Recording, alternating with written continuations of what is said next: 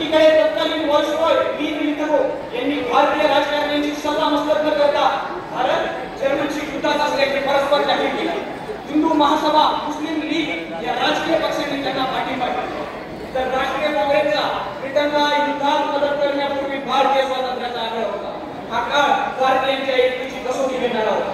इकडे रासबिहारी बोस यांनी जपानच्या टोकियोमध्ये आझाद हिंद सेनेची स्थापना केली आणि या सेनेचा मुख्य उद्देश होता दुसऱ्या महायुद्धात ब्रिटिशांविरोधात लढणे. पुढे 1943 मध्ये नेताजी सुभाषचंद्र बोस यांनी आझाद हिंद सेनेची धुरा सांभाळली आणि चलो दिल्लीचा नारा दिला.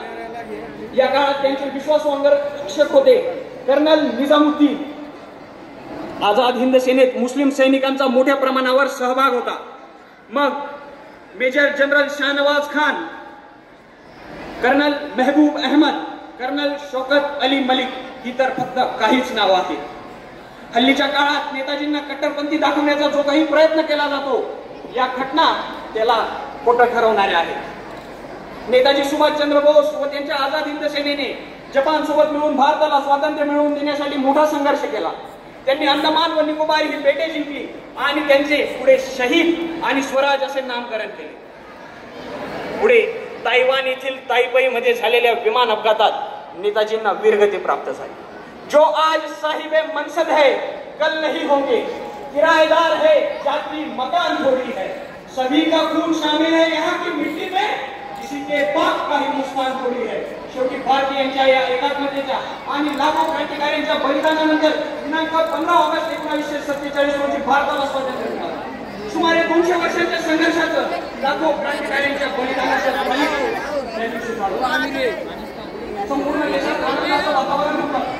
पण भारतीयांच्या या आनंदाला ब्रिटिशांनी जाता जाता गालबोट लावला आणि भारताला कधीनं भरून निघणारा भाव दिला तो म्हणजे फाणी.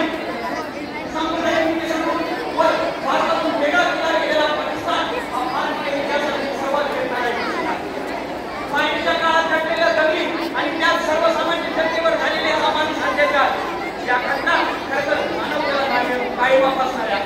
पण ते म्हणतात ना, काहीतरी मिळवण्यासाठी काहीतरी गमवावं लागतं, हेही तेवढंच खरं. भारताला स्वातंत्र्य जरी 1947 मध्ये मिळालं असलं तरी भारत प्रजासत्ताक झाला तो 1950. कारण स्वातंत्र्य प्राप्तीनंतरही केवळ एक स्वसत्ताक वसाहत म्हणून भारताचा अस्तित्व. घटना लागू होईपर्यंत देशांतर्गत कारभार हा गव्हर्नमेंट ऑफ इंडिया ऍक्ट या ब्रिटिशांनी केलेल्या कायद्याप्रमाणे सुरू होता. पुढे डॉक्टर राजेंद्र प्रसाद यांच्या अध्यक्षतेखाली आणि मस्ता समितीचे अध्यक्ष डॉक्टर बाबासाहेब आंबेडकर यांच्या अथक परिश्रमातून दिनांक 26 नोव्हेंबर 1949 रोजी भारताची राज्यघटना अस्तित्वात आली.